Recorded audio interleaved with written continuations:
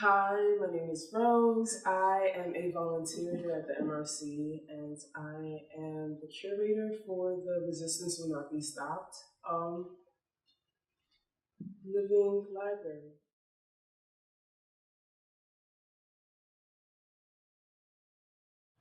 The one that I chose was a self-portrait on the borderline between Mexico and the United States.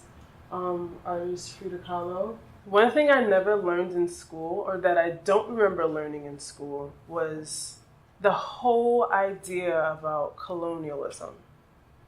It was not even a subject that was talked about. What was talked about was how wonderful and how great the masses of these European descendants were that sailed across the ocean seas and then discovered these,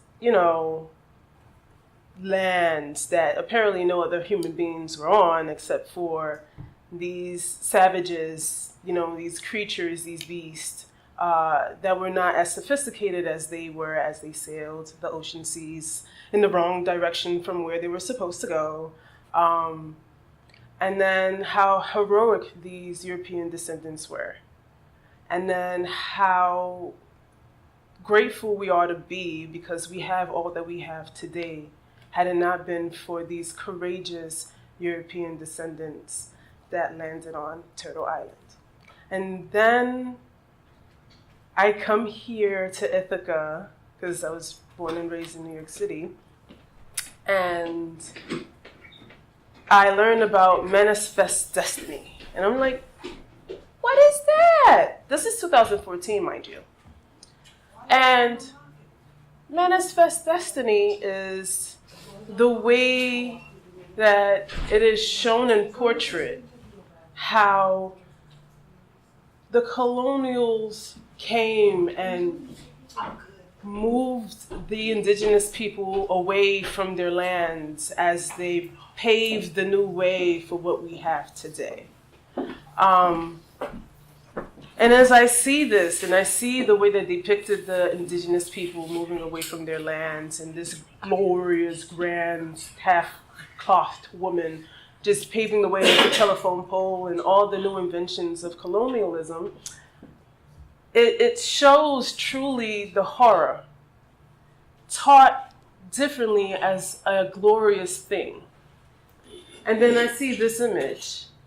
And it is Frida between the United States of what we are today, this new industrial United States, and the way that it has destroyed the lands of the indigenous ways. And it reminded me of Manifest Destiny. Because what is nature now today, or what I am assuming, for the generation of today is these tablets and technologies. It is not so much the trees and the flowers and the earth or anything like that, because we have removed that. We've paved over it with concrete and buildings and grandeur and things to make the generations' lives easier yet harder and more toxifying and polluted. And it really spoke to me in that kind of way, because what was seen back then during that time for that portrait was still barren land, yet not yet paved to the industrial way that it is today. And what I see in this portrait is the industrial way that it is paved today, still removing the natural that it once was, and possibly may never truly be able to return to.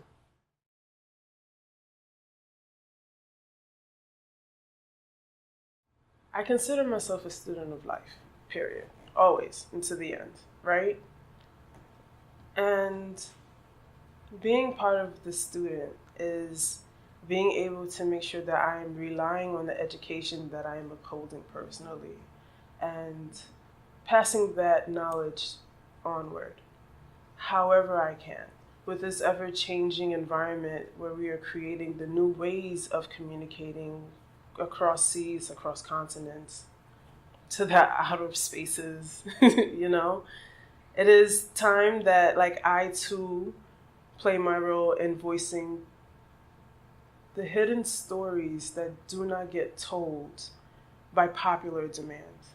To uphold the voices of the children who were slain in violence, the mothers who were slain in violence, the fathers who were slain in violence, to uphold and acknowledge the roles that we have all played in the harm that we have done to each other and this planet.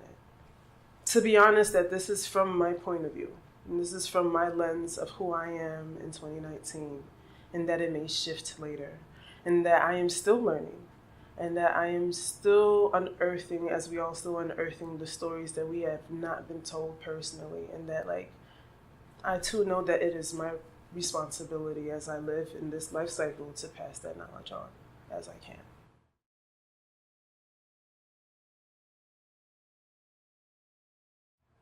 MRC has opened the doors to creating this creative hub where we who are inspired to do different things can gather here and work in partnership and be acknowledged that we are in partnership with the MRC. So as the creative hub, we uphold, the ways of addressing racism in America, of addressing discrimination in America, of addressing the taboo in America, to encourage and try to uplift to the best of our human ability healing within the community, for those who are returning to the community, for those who are new to the community, for those who have caused harm and infliction to the community, as it is hard to do. And we acknowledge that hurt people, but as we thrive in the work that we do to acknowledge the system and the way it upholds and oppresses us, we continue to do our justice in making the movement forward for future generations.